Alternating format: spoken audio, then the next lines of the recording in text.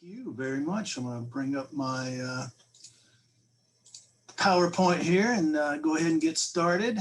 Thank you, by the way, especially Julie and Mehdi and also Griffin and Seth for inviting me to speak on that. I think this is very, very timely and interesting and important topic.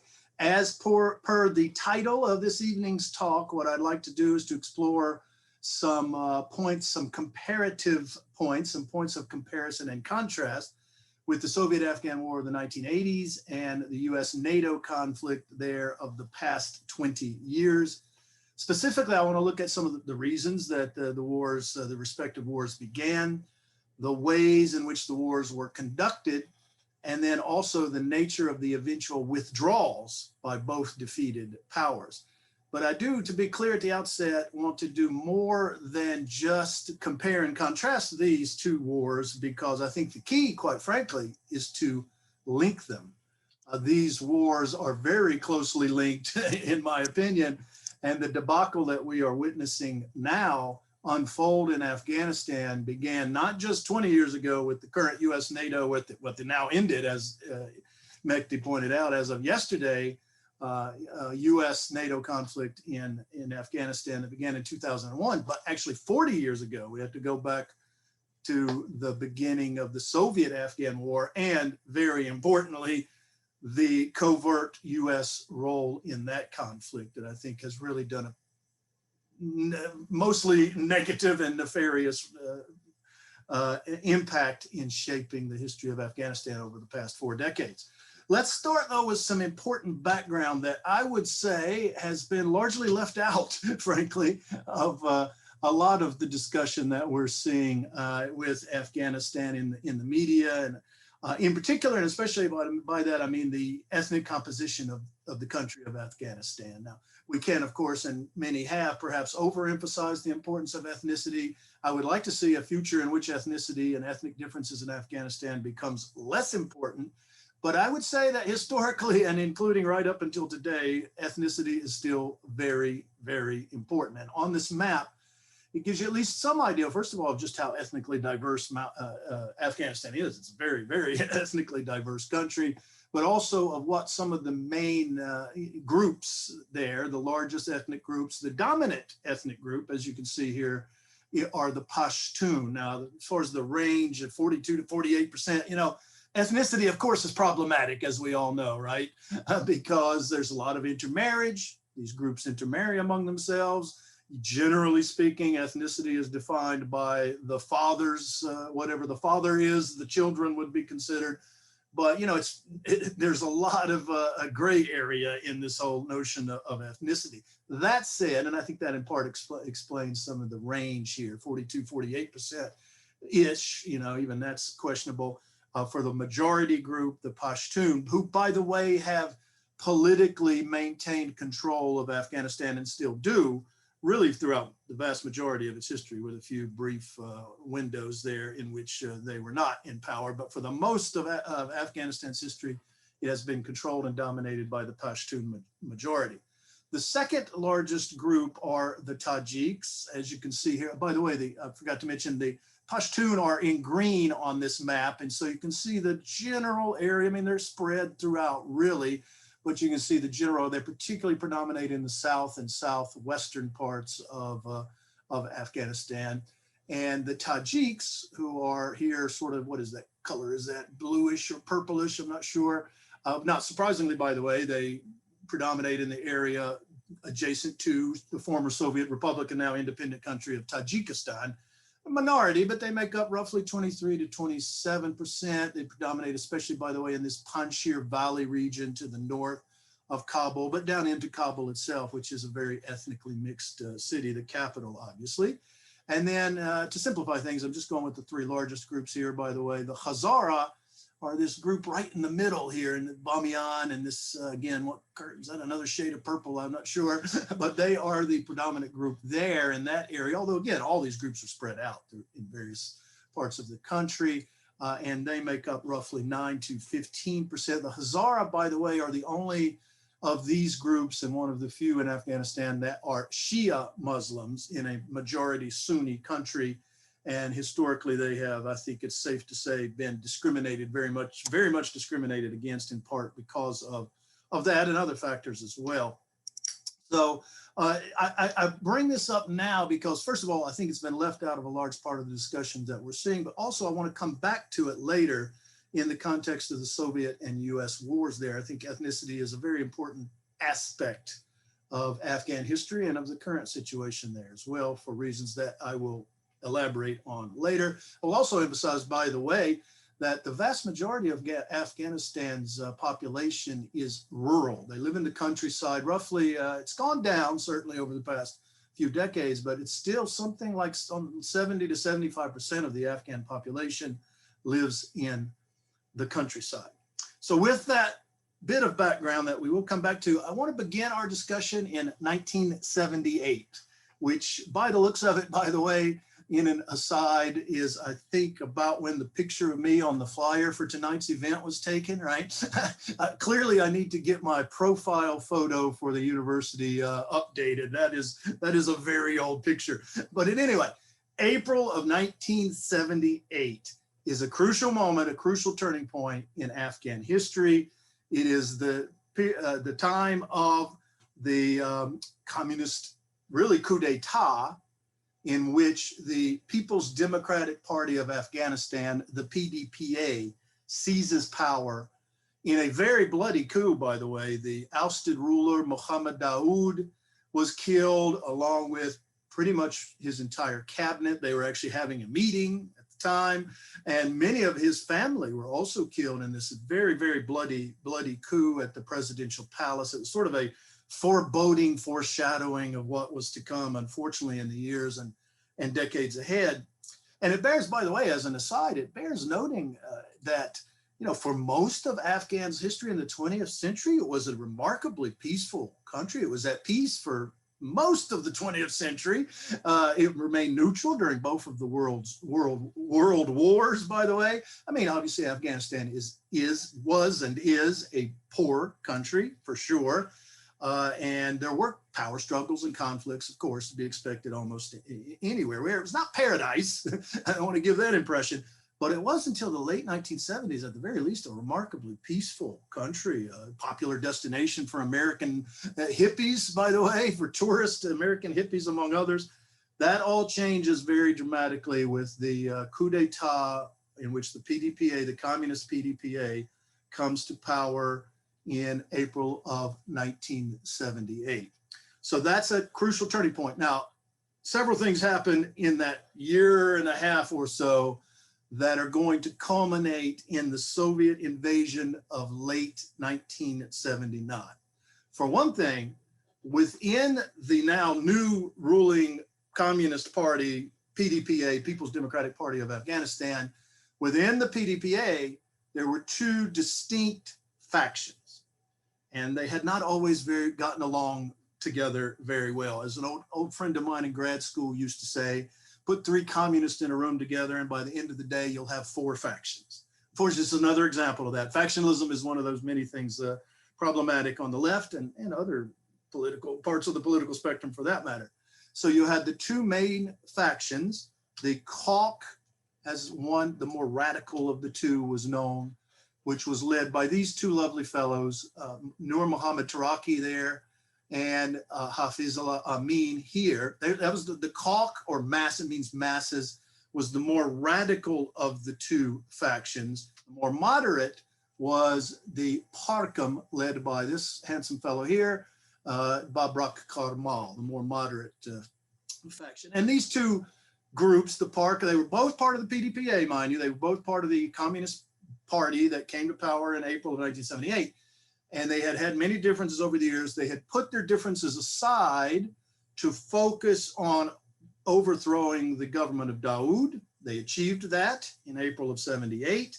But almost immediately after taking power, the differences between the two factions reemerged, and these two groups began to fight it out internally for power. So that's a huge factor in what's going to then lead the Soviets to invade in late 1979.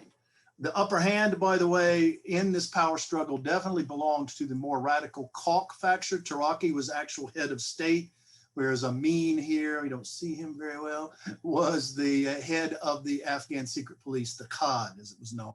So they had the upper hand. And in fact, they began purging rather violently in 78 and into early 79, the more moderate members of the Parkham faction. Indeed, Babrak Karmal himself, the head of the Parkham faction, they sent him as a ambassador to Czechoslovakia just to get him out of the picture, right? So this is you got the internal power struggle within the PDPA. The second key division or factor, excuse me, is that the Kalk leadership that is really running the country at the time, Taraki and Amin, are carrying out some very, very radical reforms in the countryside, including land reform and policies banning arranged marriages and setting an age limit for brides for marriage and allowing young girls to go to school with young boys. You know, these were very progressive reforms, but they were carried out hastily and haphazardly and without really setting much, I think, much groundwork for such reforms and without really taking into account the rural, especially the rural, but not just, but especially the rural population's religious sensibilities. And in fact, for example, the land reform was mostly unsuccessful because many devout Muslims believed that it was un-Islamic to take someone else's land. So they would not sign up for the land reform. Just to give you one example here of how, you know, the time was not exactly right for these radical reforms. So as a result, almost immediately after the April 1978 revolution, opposition to Afghanistan's new communist regime emerged very soon after the 78 revolution. And you had the rise of the group, you might have heard the name, the Mujahideen, holy warriors. These were bands of rebels in the countryside who were basically rising up, taking up arms against the new communist government. So by 1979, the situation was growing increasingly chaotic, to put it mildly, with the Kalk leadership purging members of the more moderate Parkham faction of the PDPA, with the Mujahideen gradually growing in strength in order to fight against the new communist government. The Soviets were looking upon the situation rather wearily indeed. And they saw the root of the problem as this fellow here, Amin, the second in command to Taraki. They saw him as, first of all, being far too brutal in the purges that he was carrying out as head of the secret police, which was true, without a doubt. And they saw him as being far too radical in the reforms that were being pushed on the population in the countryside as well. So the Soviet leaders decide Amin has to go. They have to get rid of Amin. And the idea was that they would then form a coalition government with Taraki as head of the Kalk faction and Babrak Karmal as head of the more moderate Parkham faction. They would slow the pace of reform and hopefully gain a broader appeal and more popular support among the population.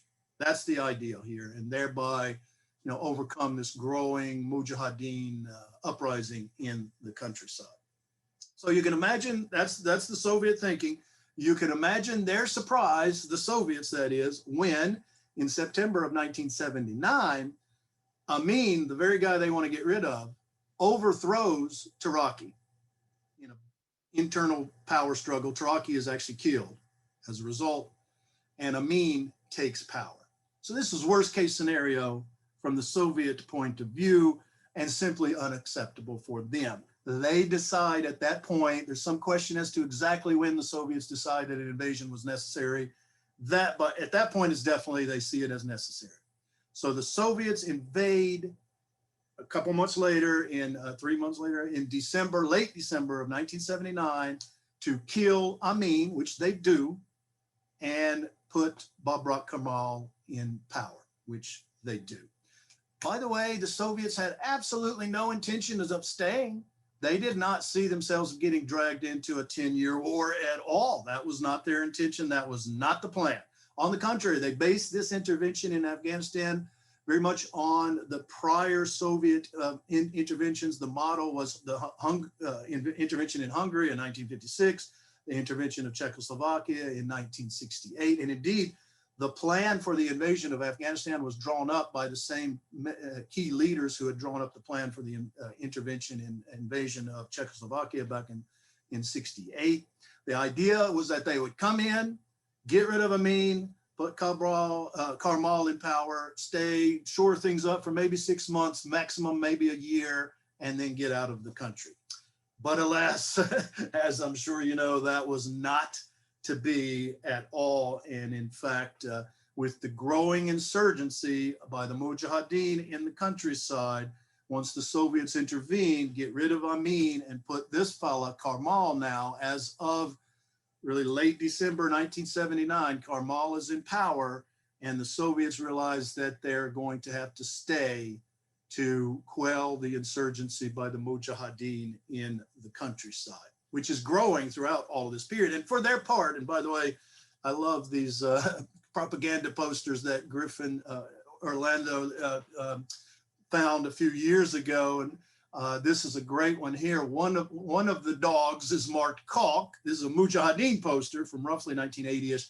One of the dogs is marked Caulk, and the other one is marked Parkham. And they're, of course, licking the face, as I'm sure some of you recognize, the droopy and bushy eyebrowed face of Leonid Brezhnev, the Soviet leader at the time.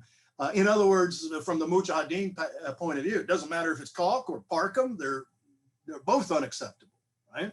So they weren't going to accept Babrak Karmal's Parkham government any more than they were going to accept the Caulk government before. They didn't distinguish between the two.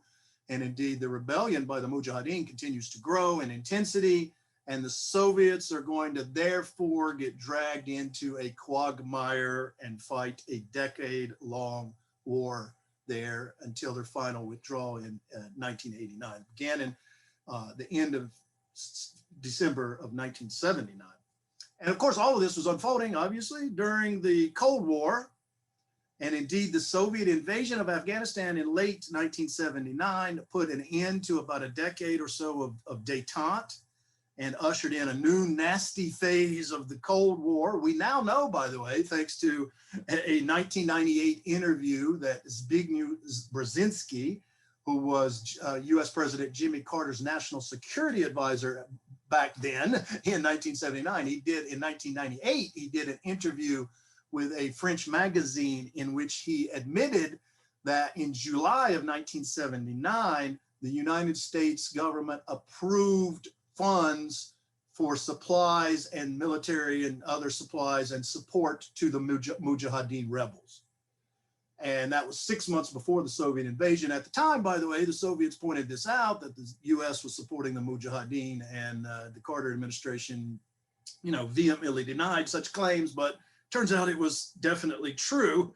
And in fact, if there's one key difference I'd like to pinpoint here at the outset between the Soviet-Afghan War of the 80s and the US-NATO war there in the last 20 years, it's the role of the other major power and its allies, for that matter, in supporting the respective insurgencies.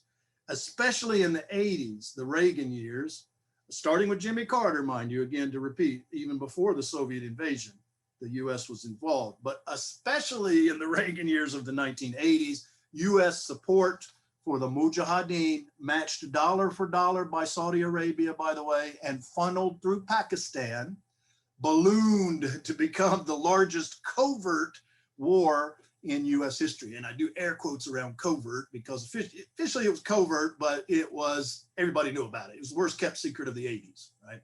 The US is funneling weapons and money and supplies to the Mujahideen to fight against the Soviets. It was well known. Now, to be clear, I would add here that Russia under Putin in the last 10 to 12 years, at least, if not sooner, has certainly also provided support for the Taliban forces that had been fighting against the US in Afghanistan as well, but nothing even remotely comparable in scale to the level of support that the US and its allies were providing to the Mujahideen in the 1980s. And indeed, on that point, I think it bears mentioning and perhaps even emphasizing that during the Soviet-Afghan War of the 1980s, the US, Saudi Arabia, Pakistan, and others supported by far the most radical and the most extremist elements within the Mujahideen. Mujahideen was a very divided entity. There were at least, they call them the Seven Sisters. There were like at least clearly seven, perhaps even more, different factions within the Mujahideen, mostly divided along ethnic lines, by the way, again, getting back to the importance of ethnicity in all of this. And they were not always on the same page, these different groups. They were clearly, the common enemy was the Soviets and the Afghan communists, but they sometimes fought against each other, even in the 80s. And there were different ideological approaches. There were more moderate groups and more extremist, more radical groups. And the US and its allies supported the worst of the bunch, frankly. And indeed, probably the single worst, or one of the worst certainly, is this fella, Gulbuddin Hekmatyar, who had made his reputation as a extremist Islamicist in the early 1970s, leading a student group at Kabul University, in which his group would go around and splash acid in the faces of young women who were not wearing the veil. And of course, the CIA, the United States leadership, knew this in the 80s. They knew exactly who this guy was. Their reasoning was that the most radical elements will make the best fighters against the Soviets. And so the bulk of the covert funding in the 80s went to the predominantly Pashtun faction of Gulbuddin Hekmatyar and some of the other more radical factions as well. And I think in that, you're kind of maybe seeing the theme I'm going to try to draw this evening, which is that, you reap what you sow.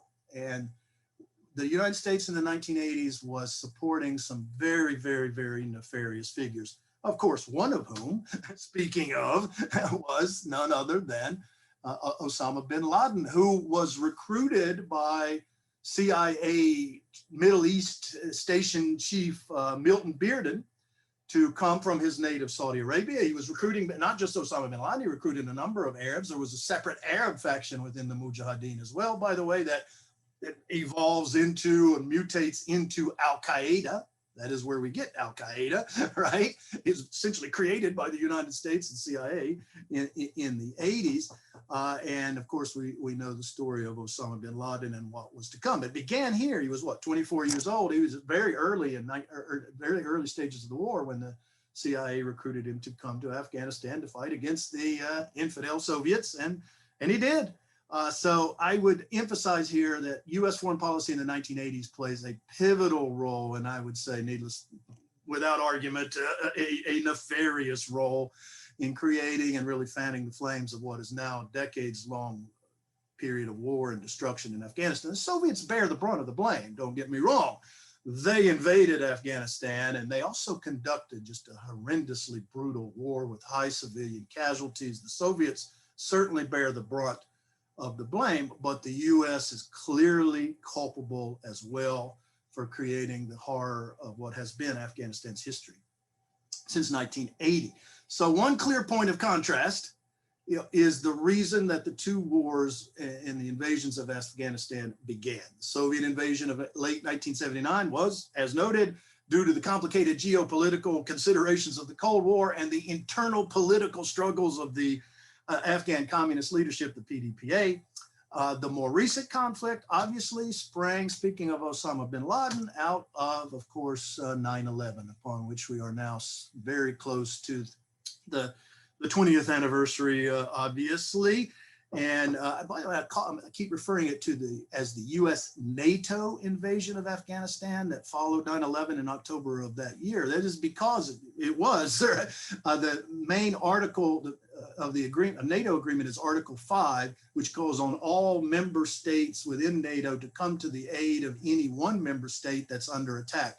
Since the history of NATO and its beginnings, its origins in 1949, only once so far has that article ever been put into effect, and it was after 9/11, because obviously the United States was attacked. So the intervention in Afghanistan was not just a U.S., it was certainly U.S.-led and U.S.-dominated, but it was with NATO, not just the United States. Just to clarify why I'm going back and forth, why I'm calling it that.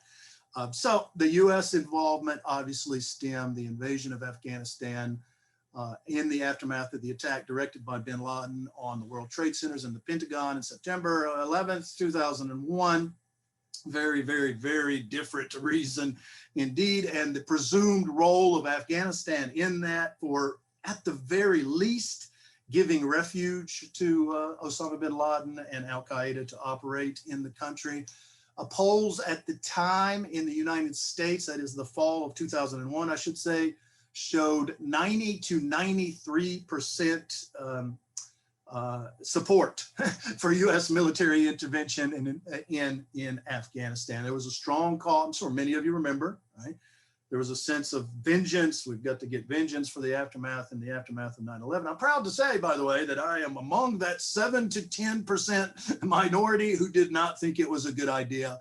I did not support the U.S. invasion of Afghanistan at that time. I remember attending a very small, 6 or 7 of us, protest against the invasion at the post office in Chapel Hill on Franklin Street, and a guy on a motorcycle pulled up to us and got off and started harassing us very vehemently. That's probably why I remember it so well. He's kind of a scary guy. It went off without any problems, but I'm not saying that I foresaw what would become of the U.S. intervention in Afghanistan at that time. Certainly did not, nor did I foresee that we'd be talking about this issue 20 years later, right? Mainly, I just did not want to see that poor and unfortunate country suffer even more devastation under even more bombings, and I did not want to see innocent Afghan civilians pay for the hard crimes of the few. In the aftermath of 9/11, some of you may recall the U.S. Bush Jr. administration demanded that Afghanistan's Taliban regime, which had emerged out of the chaos of the 80s and early 90s and took power in Kabul the first time in 1996. And the Bush administration demanded that they turn over Bin Laden. The Taliban responded that it would only considering doing so if the US provided evidence of Bin Laden's involvement in 9/11, and the Bush administration refused to do so, claiming that there was an issue of national security interests.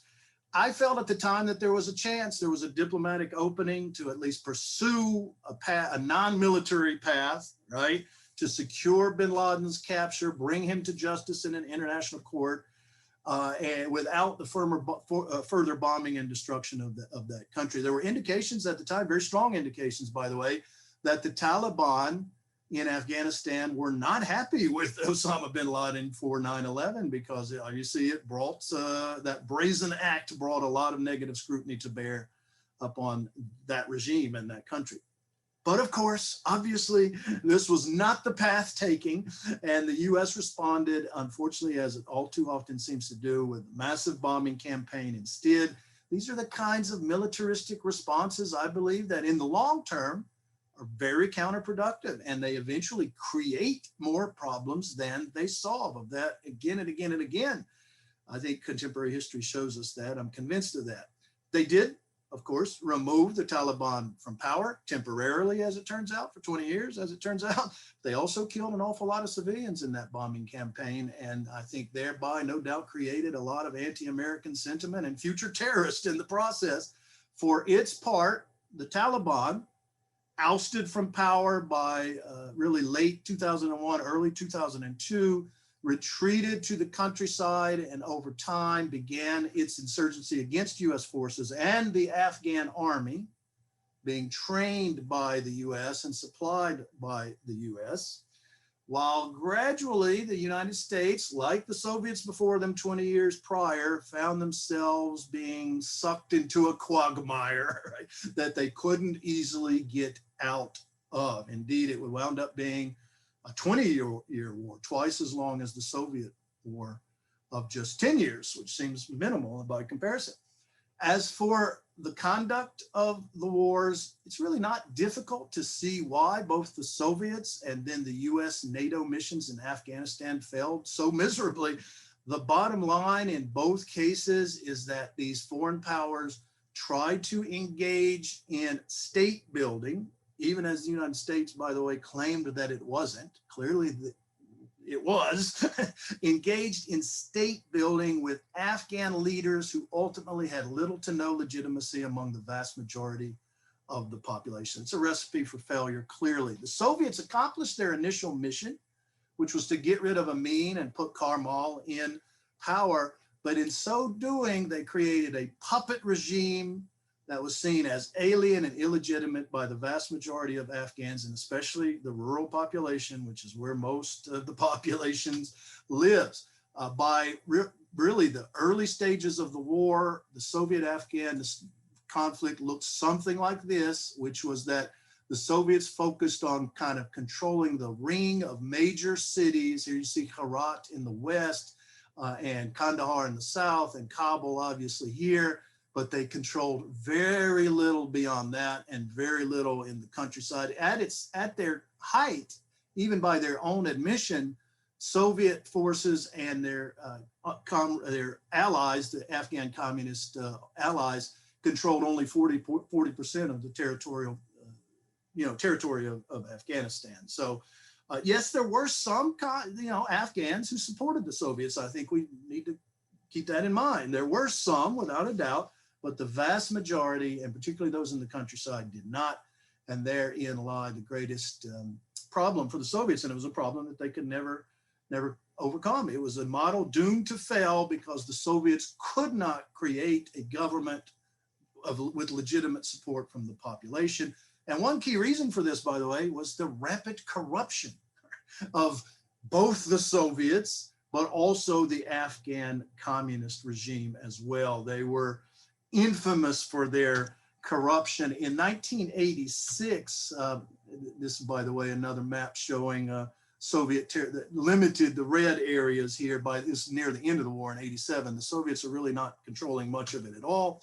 In 1986, Soviet leader he came to power in 85 in the Soviet Union, of course, Mikhail Gorbachev, decided a change in leadership in Afghanistan may help the situation. So he ousted Karmal and replaced him with this fellow here, Mohammad Najibullah. Najibullah was very unpopular. He had been head of the Afghan secret police. His brother, whom ruled essentially with him, was infamously known for his corruption. In this, you cannot build a legitimate government. They were mostly despised by the population. And all of this might sound familiar because essentially this is exactly the scenario that unfolds during the period of the US-NATO war in the 2000s as well.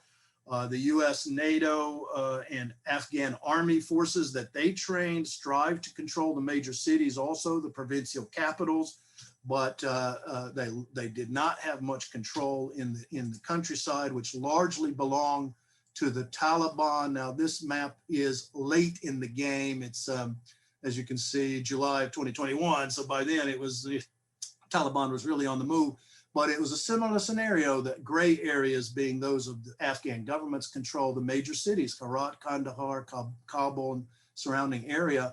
But the countryside belonged, and not maybe this much in the earlier stages, but for much of the conflict, it belonged to the Taliban. Meanwhile, like the Soviets before them, the main US strategy was, of course, to train an Afghan government army, train and supply with contractors, which was an extremely inherently corrupt process, right?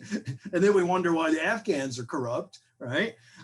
And to hope that they could then fight the Taliban by themselves. The governments that the US put in place, I'm sure most of you will remember Hamid Karzai, who was the first Afghan post-Taliban, initial Taliban, that is, president. He ruled for 12 years. His government was extremely corrupt, infamously so.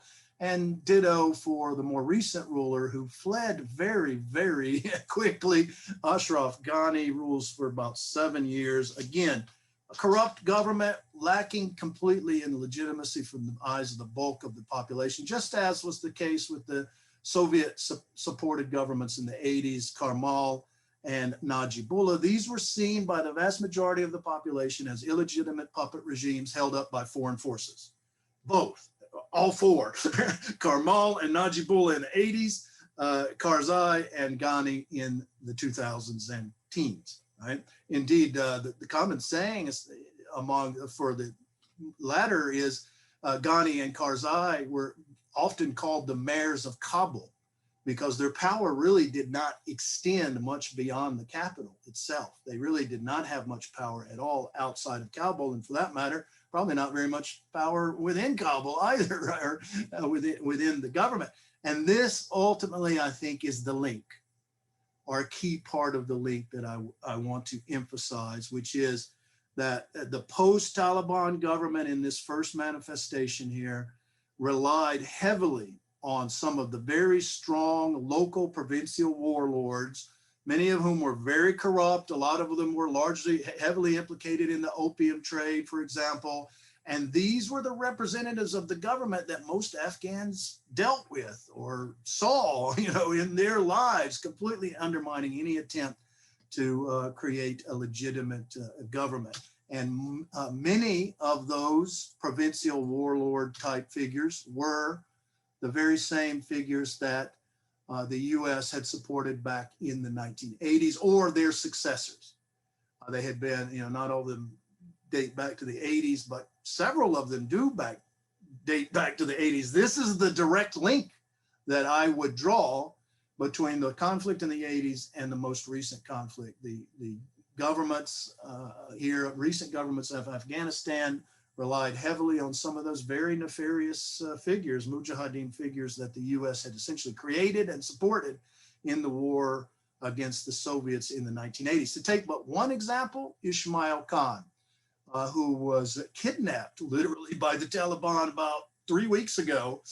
He has fought as a key Tajik mujahideen rebel leader. In fact, in some sense, he really sparked a large part of the rebellion in March of 1979 by leading a major uprising in Herat, the westernmost city. And then he fought against the Soviets in the 80s as part of the Mujahideen. And then he also fought again against the Taliban in the late 90s. And after the Taliban was ousted, he was named for a while provincial governor of Herat in the early 2000s. Now, he didn't remain in that role all this time.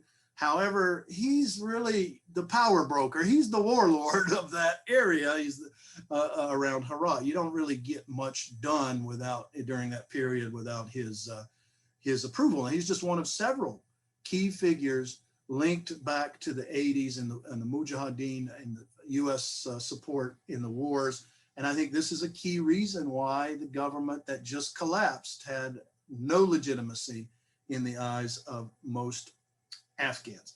Let me make one final important point with regard to the conduct of these wars, and then I'll wrap up with a couple of other quick points. The pro-Soviet Afghan communist regime of the 80s, probably better not to bring us back up here. To repeat, pro-Soviet Afghan government, communist government of the 80s, for all of its many undeniable failings, was at least multi-ethnic in composition. This is in fact one of the main reasons that the Soviets had preferred the more moderate Parkham faction to the more radical Kalk faction, because the Parkham faction was much more multi-ethnic. On that point though, with respect to the ethnic composition, the US from the get-go found itself in a rather unique and quite difficult scenario, really a trap, I would say, as far as the ethnic issues of Afghanistan are concerned. Let me try to explain here. Let me start that again. The Taliban, which emerged out of the chaos and kind of evolves out of some of the factions, the Pashtun factions of the Mujahideen. The Taliban originates in the mid-90s, and they had very strong support from Pakistan. And they are overwhelmingly, dare I even say exclusively, but there's probably an exception or two in there, Pashtun. The Taliban are Pashtun. And what this meant in the US conflict then, in these last 2 decades, was that most Pashtuns tended more likely, You know, there were some differences of opinion, obviously, but most Pashtuns supported the Taliban, not the US, as they would call it, puppet governments of Karzai and Ghani. So this created some issues right off the bat, especially with respect. Now, there were, I want to be clear there, by the way, there were some Pashtun. In fact, Karzai and Ghani themselves are Pashtun. So there's not, I'm not saying it's like clear cut. I'm talking in sort of proportionality here, right? So what this created was a problem with the Afghan government army, which was disproportionately, therefore, minority-based. Hazara and Tajik in particular, although not just, other minorities as well. This was a problem. This is a problem, right? And it's one that I will say I've been kind of hammering on for years now, because this is a recipe for failure, right? And the United States was, of course, well aware of this issue. And indeed, you'll remember back a decade-ish, it goes on 2010, early in the first Obama administration, when he began the so-called surge in Afghanistan, which I think we can all look back now as having been a total failure and indeed a very bad idea, right? But you may all recall the surge. And at that time, they tried to address this problem by consciously recruiting more Pashtuns into the Afghan government army to make it more proportional, you know, representative of the population as a whole. But then what happened as a result was the Taliban, they very smart in this regard, right? They infiltrated the army. And there were several instances in 2010, 2011, and a couple in 2012 where Taliban members pretending to be Afghan army recruits shot up and killed US trainers on several occasions. So the US backed off of that policy because it clearly was not working. And as a result, the Afghan government army was never truly representative of the majority of the population. Neither is the Taliban, mind you, but at least the Taliban reflects the majority population, which is the Pashtun. So I think that is I haven't heard that in any of the news reporting. I've always thought it was one of the single most important factors, especially in the quick, as it turns out, very quick collapse of the Afghan army and the Ghani government. Let me wrap up with two final points, starting with a comparison in the way that the two defeated powers withdrew. The Soviets in the late 80s and the US last month. Really, there is no comparison. The Soviets had been defeated, it was pretty clear, by the mid-80s. They had begun the first round of talks to withdraw from Afghanistan in '84. It took a while for them to finally withdraw, but a major impetus in that was, again, when Mikhail Gorbachev came to power, which was in '85. In February of 1986, Gorbachev famously in a public speech referred to Afghanistan as a bleeding wound, which was a clear sign that the Soviet leadership was ready to get out of there, and they were. Still took a little while. They finally signed the Geneva Accords to withdraw from Afghanistan in April of 1988.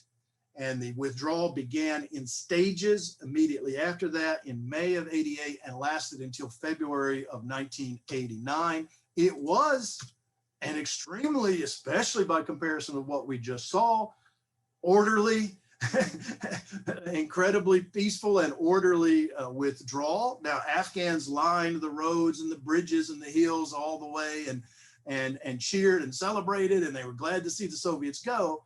But there was none of the kinds of chaos that we just saw, that's for sure. Ironically, and actually I think it factors in here, the Afghan communist government and Najibullah, left behind by the Soviets and still supported by them, managed to stay in power for 3 more years.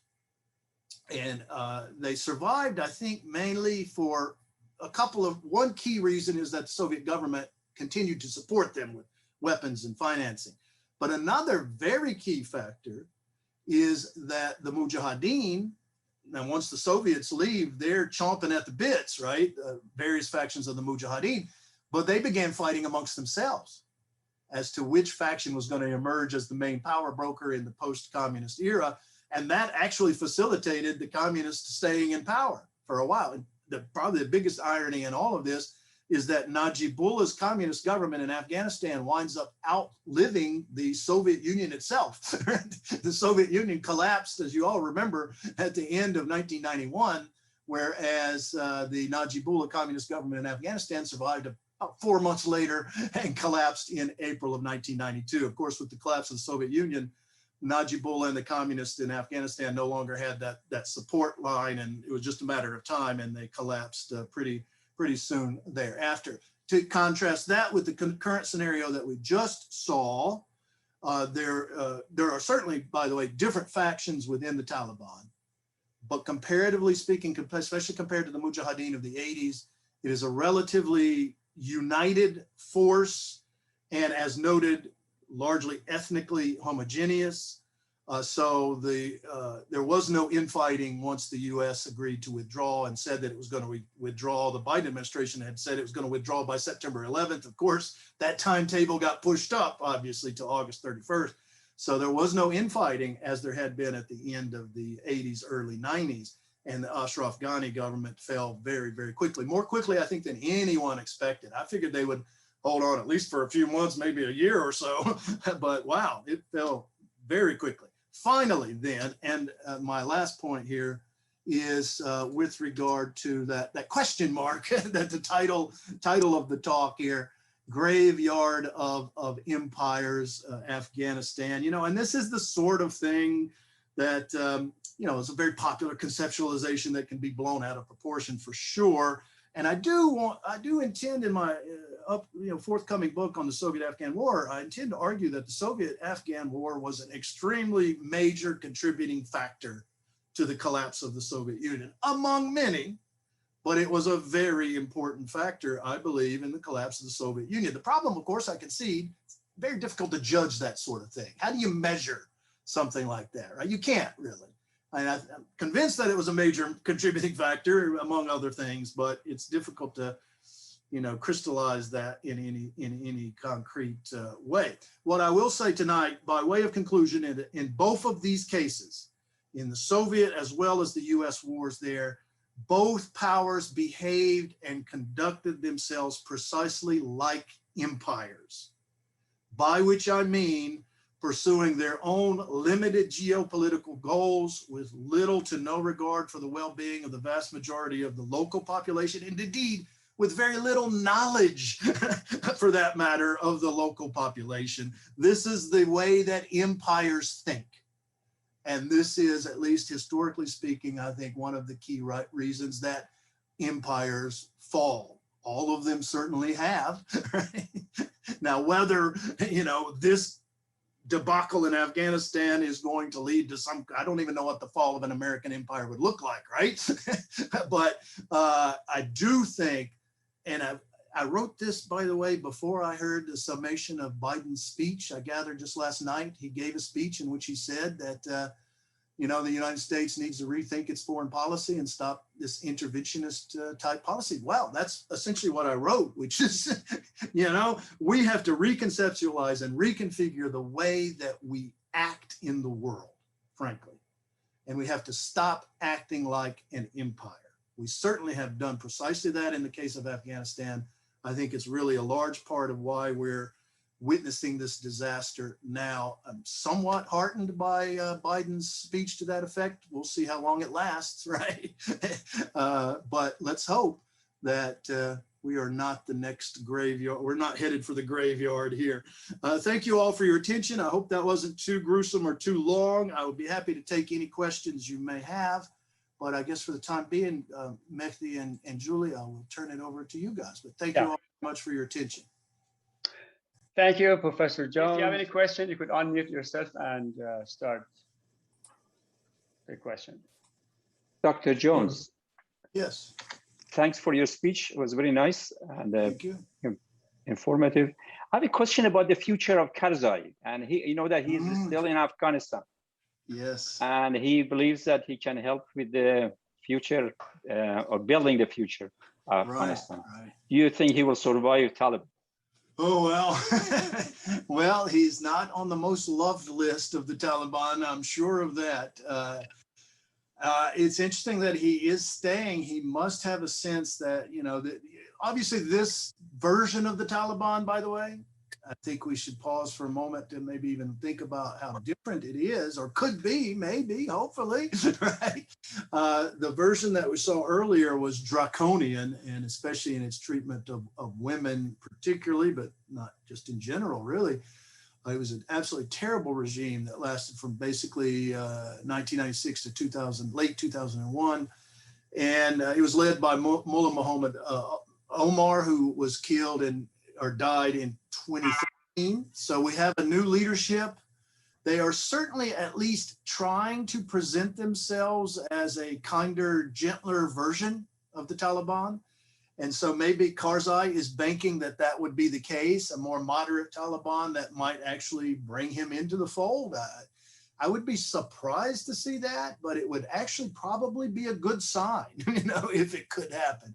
On the other hand, you know, it just dawned on me, here's a good contrast.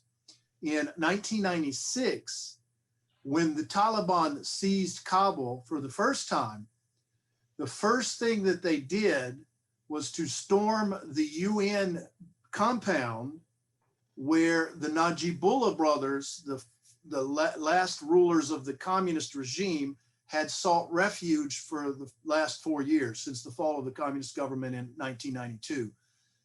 Regardless of international, you know, concerns, they brought these Najibullah brothers out of the UN compound and publicly hanged them, setting a very harsh tone for what was to come, right? If we could see now perhaps the current kinder, gentler Taliban, and I'm not necessarily saying that will be the case, I hope, would love to see that, if they could work with a relative moderate and someone like Karzai, who has been part of the international community, it would certainly be a very, very good sign. I don't see it happening somehow. I really don't, but I'd love to see it happen because it would mean moderates have had the upper hand. I had a question about the start of the events. You chose the 1978 coup as the start. And I was wondering, what significance do you give to the coup by Dawood against Zahir Shah before that? Yeah, 73, exactly. Obviously, it was significant. You know, it was the end of the Afghan monarchy that had founded the modern Afghan state in 1747. So I think that may be its greatest significance there is it was the end of an era in that respect. Now, Dawood presented it as bringing Afghanistan, making it a republic and to bring it into the modern era and all of this, but it was not particularly, his policies were not particularly successful, to put it mildly, right? That's not to say that Zahir Shah, I mean, he was ousted. It was a bloodless coup, right? In contrast to the one 5 years later in 78. Zahir Shah, who was actually the cousin and brother-in-law of Muhammad Dawood, who overthrew his government, had gone to Italy for eye treatment in 1973. And Dawood, who had previously served as prime minister from I think 1953 to 63, somewhere in there, and had maintained strong contacts within the military, seized the opportunity, and I think a large part of it had to do with the fact that the country was suffering from a terrible drought at the time in 72, 73. Population was suffering. There was, alas, a lot of corruption again, common theme here. And I think Dawood felt that it was his chance to take power and hopefully deal with the problems, including the drought, and bring some stability to the situation. He seized power, but he did not manage to bring a whole lot of stability, and thus his own ouster and his own death 5 years later. So I would put a great deal of significance on the 73 coup for sure. You know, the end of the monarchy, if nothing else. Thank you for that question, by the way.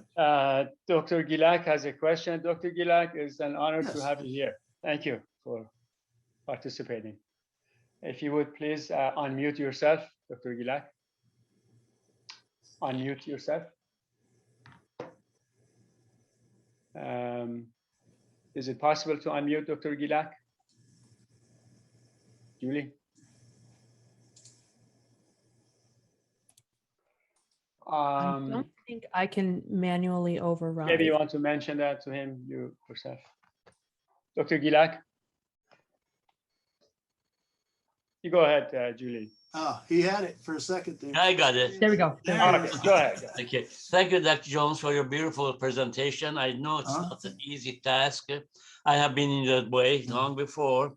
And Yeah. the reason I called is also I have some experience in Afghanistan and in Pakistan. In late 80s, we were a group of the physicians and the auspices of the American Orthopedic Association for Overseas. We went to Pakistan to help the Mujahideen. And that was in the late 90s. And we be stationed in Peshawar.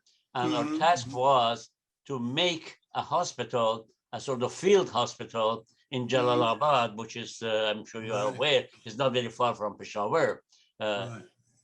And we were there, we encountered several problems, which really indirectly indicates the failure of our government to foresee the problem.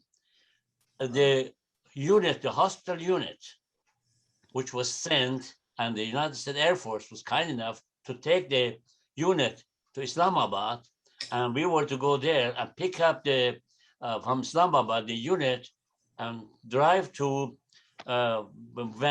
drive to Peshawar and for the hospital and take it to Jalalabad if we could.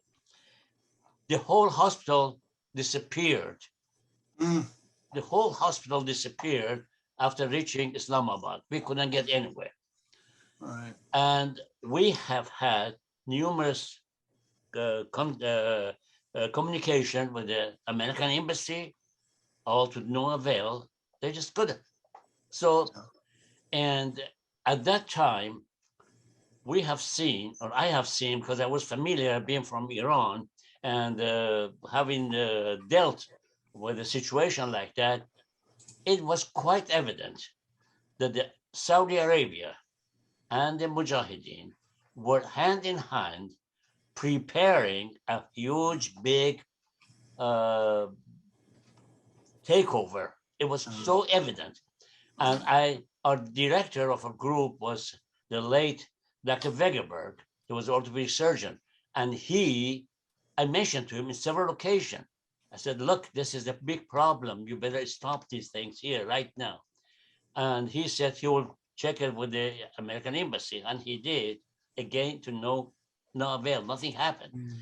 I have investigated and I have sort of evaluated and written a book about the relation between Iran and United States. And I think Mr. Emamian knows about that. And it was published 2011. At that book, my consensus was that the United States is lacking any foreign policy. We do not have a foreign policy. It is so, I so explained it in the book. And we are following blindly a non-policy policy. In other words, we are trying to make what they call crisis management. And crisis management, we do a lousy job on that. And we have done it in Syria, Libya, Iraq, Iran, and then Korea and Vietnam and all. I came across an article today that was written by Professor Sachs, I believe it is from Columbia University, Jeffrey Sachs. It was in the Washington, I think it was in the Washington paper, Yes. Blood in the Sand. And he mentioned the whole thing as I have noticed for many decades. And we have spent over close to $1 trillion in Afghanistan. Only 2% has gone for the benefit of the Afghan people. 2% of the $1 trillion. That says it all. I mean, does it? Our problem is we lack the intelligentsia and knowledge in our country, unfortunately, the elected official. And none of our elected officials are trained politicians or trained.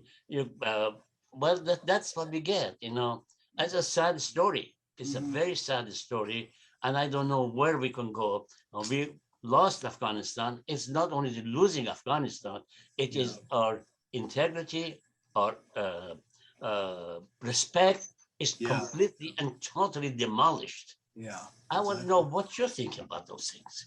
Oh, I wholeheartedly agree with everything you said, Dr. Gilaks. I mean, that is the United States has not had in my lifetime, which is pretty extensive at this point, not had a coherent foreign policy. It's all about crisis management is a great way of putting it, and that is basically what. And I noticed, I believe it was Rick Russell, right? Rick, was that you? Yeah. Crisis management, or where money can be made. I mean, that's frankly and sadly, so much of a driving force of U.S. foreign policy is precisely that, right there, where the money can be made. And in the case in point of that just trillions of dollars, a lot of that money was going to U.S. contractors for weapons supplies that were then going over to Afghanistan, and more often than not, in many instances, being captured by the Taliban.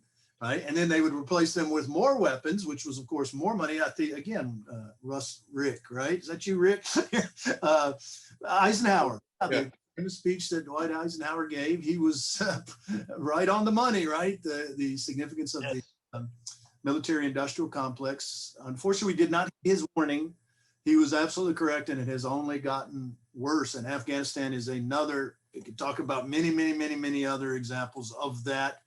Afghanistan is a clear-cut example of precisely. I had not seen the piece. I'll look for that by Jeffrey Sachs. 2% going to the population. I have it. I can email it to. Please do. Emamian, to Mehdi, and Mehdi could email it to you. I will do it. Sure. Sure. Yeah, I should mention that Dr. Gilaks is author of the book Fire Beneath the Ashes. He published the book about 10 years ago. Is that correct, Dr. Gilaks? Fascinating book, U.S. policies in Iran up to 1947. 1947. Yes, I read that book. It's a great book. His son is a star scientist, was at Duke for many years now, is in Washington University. Excellent. Fred Mousavi, and then Farzin. Thank you for your presentation. Can you please face your camera to your face? Face my camera to my face. To your face. I think that's a leg right there, isn't it? Yeah. All right. Yeah, you got to turn your camera around. Turn your camera. All right. Oh, there we go. Now we see your beautiful face. All right. Okay. I need to see. Don't worry about my face. We like to see your face, or Cheryl. Yeah, I have a statement. This is the camera. Where is the camera? I'm looking to turn it around. You just keep talking. All right. Don't bother them. I want to know when the United States wants to learn. Since look at the Korean War, Vietnam War, now Afghanistan, now Iraq. Who has a sound mind to go take over a landlocked country just to capture one person? And those politicians that they put the seal of approval to George Bush's son to go to that war. Worse than that, it was Iraq war. To go capture Saddam Hussein and take over that country and kill millions of people, and then go in the Sunday in the church and say Jesus is my savior, and killing people by the bomb. I, as an American Iranian, sometimes I shame myself that we go in the church, we say Jesus bless us, or Jesus is our savior, and then during the week we go bomb other country and kill people. This is a shame, believe me. And they don't learn from this lesson. Korea, Vietnam, and so on and so forth. And spending is not $1 trillion, according to the report. It's a like $2 trillion spent in the over 2 trillion. Afghanistan. Yeah. I mean, to me, sometimes I see these politicians, they get some money from somewhere, or when they're gonna learn this American, I don't know. This is my statement. Yeah, I agree again, Fred. I don't know when, I don't know if we're going to learn, that politicians are going to learn a lesson, but I'll give you an exact perfect example or case in point of precisely what you're talking about. None other than Osama Bin Laden himself. Osama Bin Laden is a product of US foreign policy. His career, if we could call it that, began, as we saw, as I mentioned, when he was recruited by the CIA to come to Afghanistan in 1980, where he fought and was considered a hero over the years. He's a freedom fighter. He was a freedom fighter. In those years, exactly. Yes, he was absolutely. He became a terrorist. Yes, yes, he became a. Where is the CIA? Where is the CIA? Why they don't learn this kind of thing? Why they don't see this kind of thing, how they comes? Very much not. He became a terrorist after the first Gulf War, which is when, you know, he turns against the United States. And again, he's a product of US foreign policy. And I agree with you wholeheartedly, these bombings and these attacks, sometimes they gain the short-term goal that the country is trying to achieve, but in the long term, they create disasters. We've seen it again and again and again. I would say 9/11 is a perfect case in point. It was a consequence of the long-term consequence of US foreign policy, and Osama bin Laden as the personification of that. So yeah, again, Fred, I agree. I don't know if or when US leaders will ever learn any lessons or not. I've been waiting on that for a while now. Hope so, but not too optimistic about that yet. I think Saudi Arabia. Let's, Fred, there are a lot of other questions. All right, okay. Yeah, thank you. Thank you. Yes, thank you very much. Farzin and then Dr. Jarrahi. Farzin. Thank you. So yeah, thank you for the great presentation. I think instead of talking about Soviet propaganda, you should talk about propaganda in the United States. Oh, yeah, now we see all the same people who were part of this catastrophe coming and talking about why it happened. Yes. And then one of them, this ambassador said, well, we were all. But the problem is not just policy. There's a systemic, what you may want to call the U.S. foreign policy idiocracy. Some people call it the blob. People who could have ensured a very different outcome couldn't fit in the system. If the system is structured in a way, even if you're a smart person, even if you have fantastic policies. I mean, Clinton really wanted to close the deal for a peace deal in the Middle East. But he put these four people, I call them the four horsemen of apocalypse, completely incompetent. You know, Dennis Ross, you read his book about Farzin John. Let's make the comments short. So the question is, how do we create a system that serves the interest? I don't think it's impossible, and academicians must have a role in designing this and presenting it and making it real. Again, I'm in total agreement with that. U.S. propaganda has, if anything, I think achieved such a level in the United States that we often don't even recognize it as such when it clearly is. And it's just not, the book I'm writing is about the Soviet-Afghan War, which is why I'm focusing on that particular venue. But no, I totally agree. I'm hopeful too, like you say, that, we can perhaps, the bottom line is, again, the comment from Rick Russell in the chat, we've got to take the almighty dollar out of the equation. As long military-industrial complex, which I think is a pivotal factor in driving U.S. foreign policy.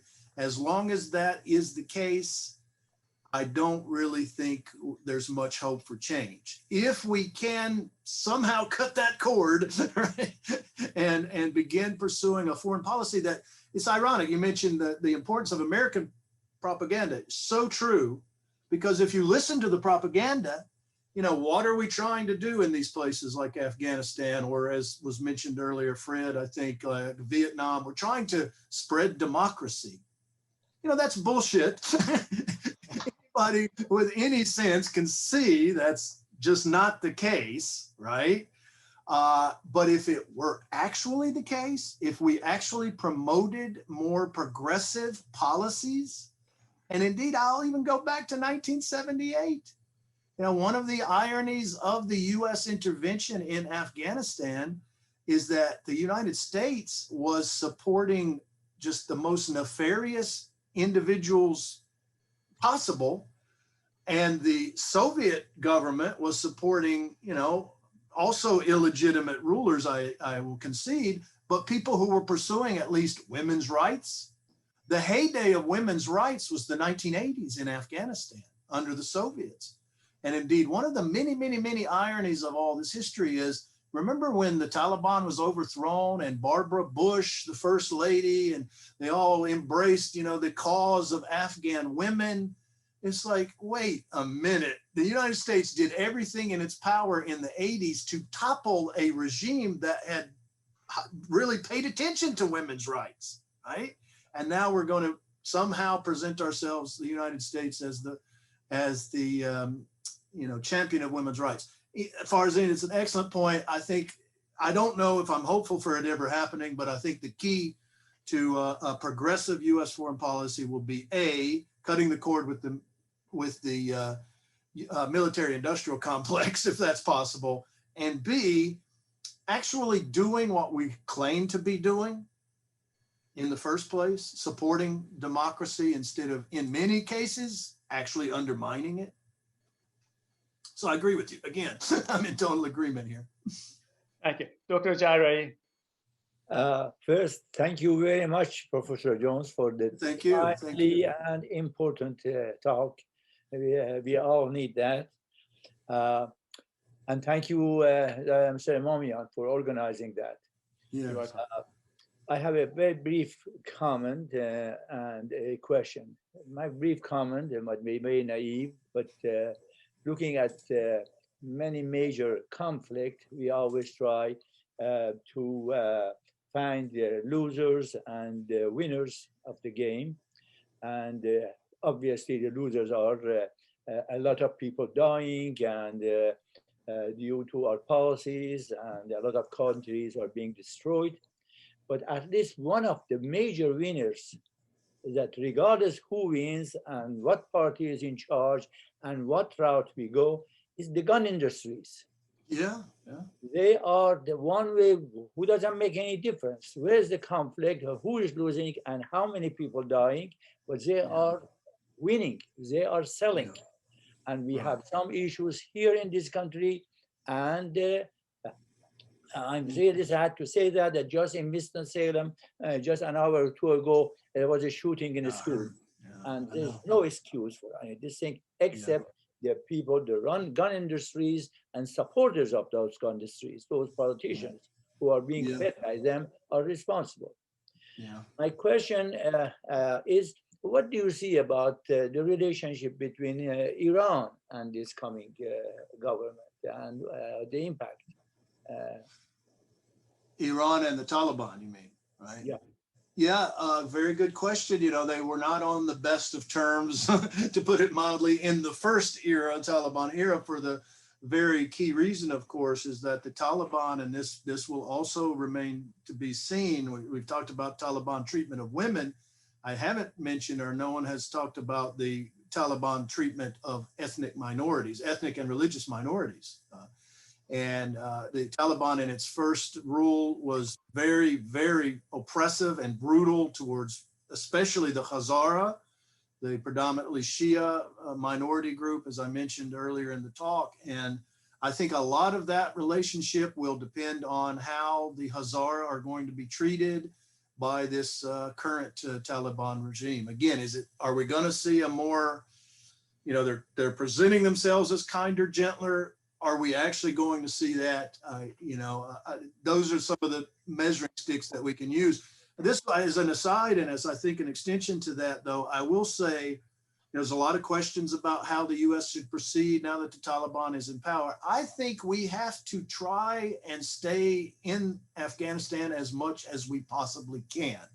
Like they're talking about pulling out it doesn't necessarily mean recognize them yet, that may come, but there's a lot of talk about pulling out the U.S. Mission from, the ambassador and the embassy. I've already seen, for example, where the International Monetary Fund is restricting forthcoming promised payments to the new Taliban government. That could prove to be extremely counterproductive, in my opinion. I mean, we don't know what this new Taliban is going to be yet. And I think we have to try and, where possible, encourage as much, of a progressive type of government as possible, and also to maintain leverage. That's perhaps even more important. If the government then begins to restrict women's rights or to restrict the rights of the Shia Hazara, then the international community can begin to use some of that leverage to rein them in potentially. But if we get out now, my fear is that we are going to be strengthening the most radical elements and the most isolationist elements within the Taliban, which would be, again, I believe, long-term, very counterproductive. So I'd like to see us at least stay in and stay as involved as we can be in the short term to see how things go and to hold them to the rhetoric, right, that they've been presenting. And part of that would be with the relations with Iran, in particular as with respect to the Hazara, the Shia Hazara minority. That's the crucial, I think, telltale issue there. Thank you. Thank you for the question. Thank you. We have Kamran, Maria, and Jamshid, and also Freydun Amirad raised their hand. Would you please keep it very, very short? Take the questions pretty much, maybe no comments, just questions. Kamran, please, go ahead. Okay. Thank you. My question to Professor Jones is, based on your knowledge of Afghans and the country and Taliban, why do you think President Trump did not include the government in his negotiation with the Taliban? Thank you, Kamran. Awesome question, by the way. A lot of the framework for the withdrawal that we've seen unfold, of course, was negotiated at the tail end of the Trump administration, what turned out to be the tail end of the Trump administration. And you're absolutely right. They met with representatives of the Taliban without any representatives of the Ghani government, which tells you right there about the legitimacy of that government. Even the U.S. supporting power behind the Ghani government didn't bring them to the table, right?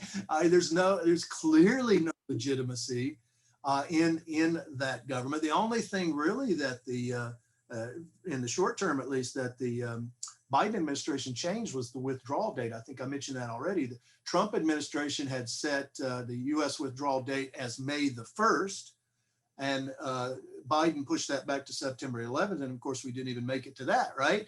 But in answer to your question, I was somewhat baffled at the time, and I think it really shows that the Ashraf Ghani government has zero legitimacy. They're not even brought to the table for the future talks of the future of that country, right?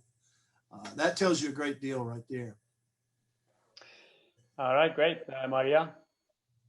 Thank you, Professor John, for a very wonderful talk. My question is, do you see a relevance between the way our policy always stays the same and the non-term limit in the Congress and in the Senate? We have the same people just there making the same policies. Yeah. I do see, there's a, we talk so much about corruption. I must have mentioned it 15 times, right? And I see Rick Russell here. in the chat. I think Rick had earlier mentioned when I talked about cutting the ties with the military industrial complex, how difficult that would be, because what we're really talking about, frankly, are lobbyists that are so entrenched, and they are, you know, what are the major, somebody help me out here, Halliburton, of course, and Boeing, and all of these various Blackwater, these military weapons producing companies. They all have major lobbyists, and the corruption is so deeply rooted there that we talk so much about democracy. Frankly, we don't have a democracy here in the United States. And when you get right down to it, we do not, because of the very point that you're raising, Maria, which is the entrenched powers in DC.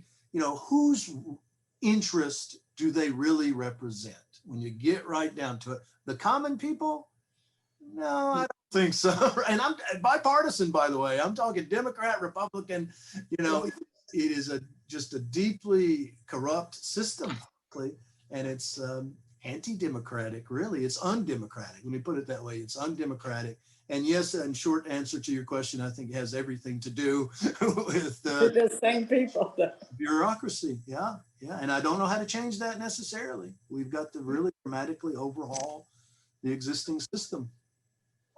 Thank you. You're very welcome. John unmute. Many thanks with your great talk. I'm afraid I missed good part of it because I was my internet had a problem.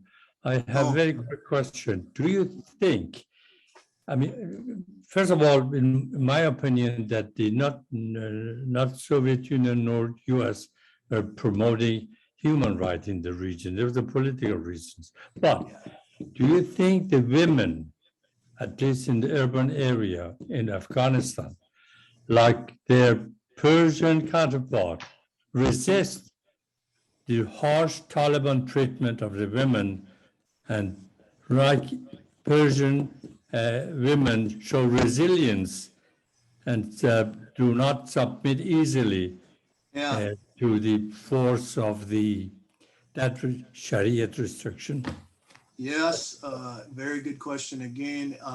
I would say that, it's only been a very short time, but women and others have at this point resisted to a significant degree, at least, the imposition of Taliban power and some of the restrictions that, may yet be placed on them. If that's a sign of things to come, that is indeed a good sign, to put it mildly.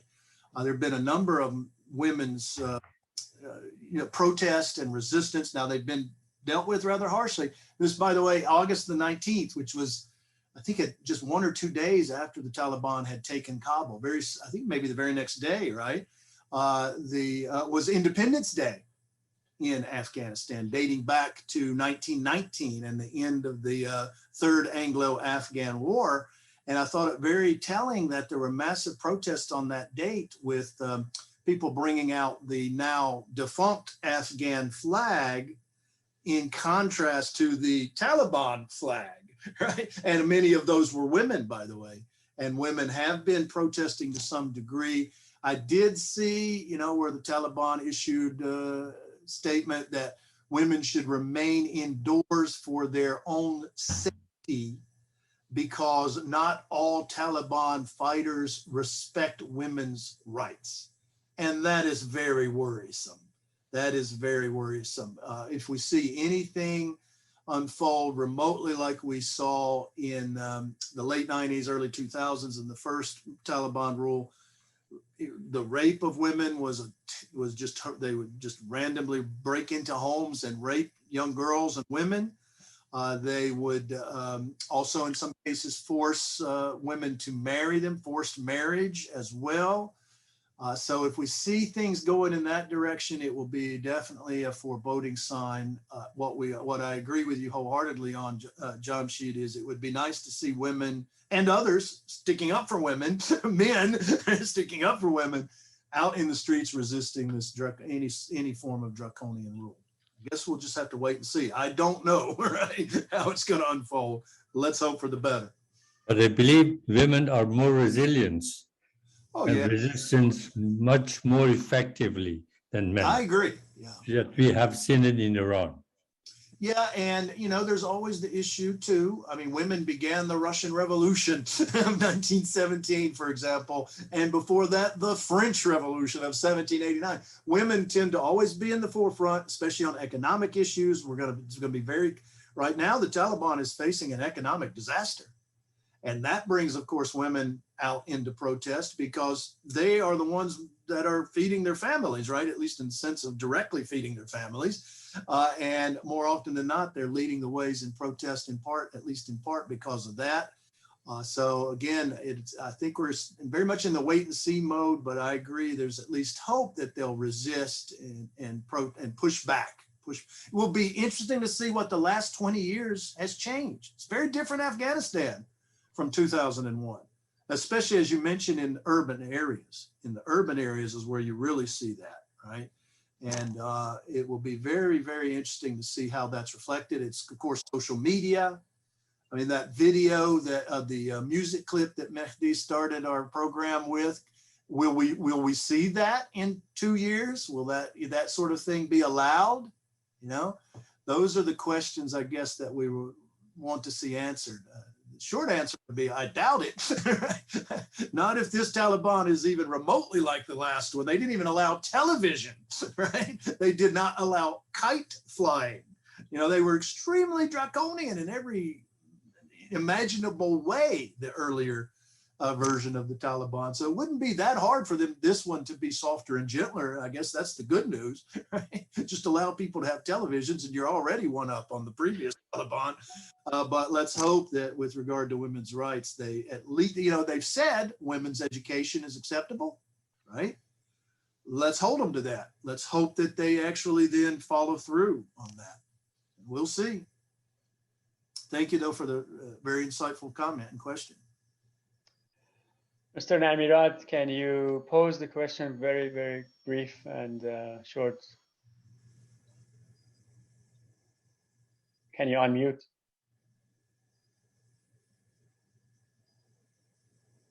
American. We can't. My question is this: do you agree or disagree? Why? Oh, I can't hear you very well. Let me turn. Yeah. Could you start over? I'm sorry, I couldn't hear you very well. This is kind of a personal question as an American. Mm-hmm. Do you agree or disagree with President Biden's pullout? It's not important how he pulled out, what is going on. As an American, do you think this is benefit to our anything? What is your opinion as an American? Yes, as an American, I have been waiting for the United States to get out of Afghanistan. I actually, as I mentioned and alluded to in the talk, was opposed to going into Afghanistan. I thought it was a foolhardy undertaking and with potential very counterproductive ending. And basically ever since, I've been waiting for us to get, I thought that the Obama administration surge was a terrible idea. And I still think that, right? And I've been waiting for them to get out of Afghanistan. Obviously, it was done in a terrible way, extremely haphazardly, extremely chaotically. But I certainly agree that it had to be done. Now, I've had this discussion with a couple of colleagues who are in the field. And one of them was pointing out to me, I mean, why couldn't the United States, for example, the United States still has troops in South Korea, still has troops in Germany, right? Why couldn't the United States have maintained a relatively small force on the ground in Afghanistan? And then that, of course, sends the signal that if the Taliban attacks, then the United States could always send in reinforcements. You've got a presence there, right? On the ground, boots on the ground. And I can see that in a way, but then the point is, you know, how long are we going to keep wasting the money that several people have already pointed to, not to mention the lives of lost, and then to hold up this government that's clearly has no legitimacy. Right? I mean, I think, yeah, we needed to get out of Afghanistan. I've been saying that for years, right? So I'm glad that we did. I wish we'd have done things in a little different way, to put it mildly.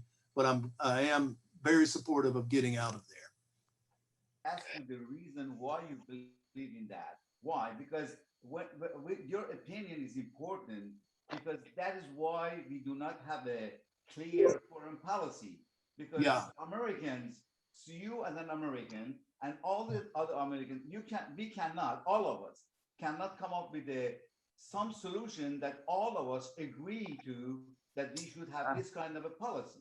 And that's why we are so confused. It has nothing to do with the government. It has to do with us as an American, that we do not agree with the same policy.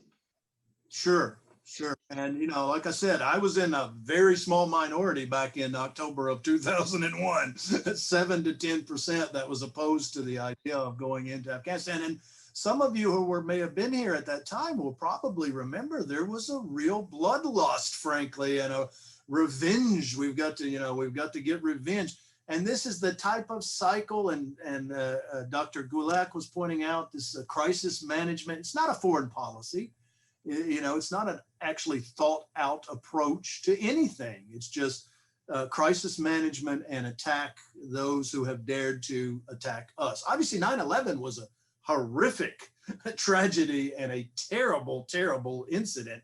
But the way that the United States responded, somebody mentioned the Iraq War, I forget who that was, but you know, it's like, how can we make a bad situation even that much worse, right? And certainly going into Iraq did that. I mean, that essentially created ISIS. You don't hear that in the media or elsewhere, but that is exactly the case. The invasion of Iraq created ISIS. You can draw a direct line for the creation of ISIS back to the U.S. intervention in Iraq. And in the case of Afghanistan, I mean, I think it was extremely counterproductive. It has certainly proven to be so. But you're absolutely right, again, Freydon, that you know, we the people should have some say in these matters. I think our say has been very limited, to put it mildly.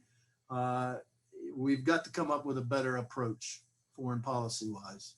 Let's hope that is a lesson that we can take from this, right? Wouldn't that be nice? Norma, good to have you here. Can you please pose your question very briefly? Yeah, my question is really quick. I think it was about 2 weeks ago. I saw news reports about in the province of Panjshir about, I don't know how to word it, but it was basically like I think you know what I'm talking about. It was the son of Masood, a former leader. Yes.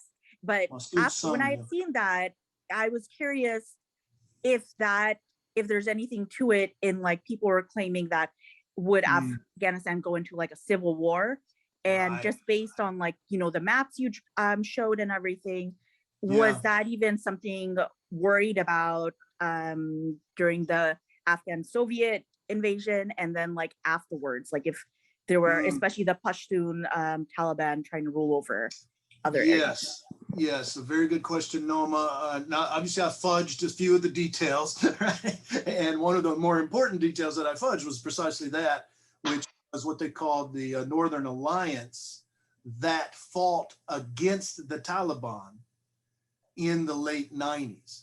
And the Northern Alliance was a predominantly Tajik groups located basically in that Panjshir Valley region, as you pointed out. And the father, Masood, was the leader, was one of the key leaders, I should say, of the Northern Alliance that was fighting against the Taliban. His career had begun fighting against the Soviets back in the 80s, like most of them, right? But in the late 90s, yes, there was a relatively small-ish area of resistance to the Taliban in the Panjshir Valley region north of Kabul, sort of along the Tajik border, led by Ahmad Shah Massoud. Interestingly, by the way, he was a very popular leader, especially among Afghan Tajiks, and he was assassinated by 2 Al-Qaeda operatives on September the 9th, 2001. Not coincidentally at all, obviously. It was 2 Al-Qaeda, it was 2 Egyptians who were posing as journalists to try to do an interview with Masood, And lo and behold, the camera that they were using was actually a bomb, and it exploded. It blew them up. It was a suicide mission, and it blew him and a couple of his bodyguards up. That was on September the 9th, 2001. They knew what was coming with the World Trade Center, and they wanted to get Massoud out of the picture because they recognized that he could be a very popular rallying point for the opposition to the Taliban. And they did. They got him out of the picture. But of course, the Northern Alliance then eventually does sweep through, and it plays a pivotal role on the ground, at least with with U.S. air support in the overthrow of the Taliban in late 2001. And now we're seeing, you're absolutely right, Noma, his son, Ahmad Massoud, who looks a heck of a lot like him, by the way, is now, along with one of the former Tajik, Afghanistan, a very complicated system of vice presidents that was based on ethnic identity, by the way, and on a rotating basis of serving. And the ethnic Tajik vice president is now joining with Massoud and promising to once again form an alliance in that Tajik, predominantly Tajik part of the country again. So it would be the pattern of the late 90s and fight against the current Taliban government. You know, I heard initial reports of that in the first couple of days when the Taliban took over. Some question is whether the United States would go in and support them. This is a country that has had so much war. Do we really want more war? You know, I don't think we do.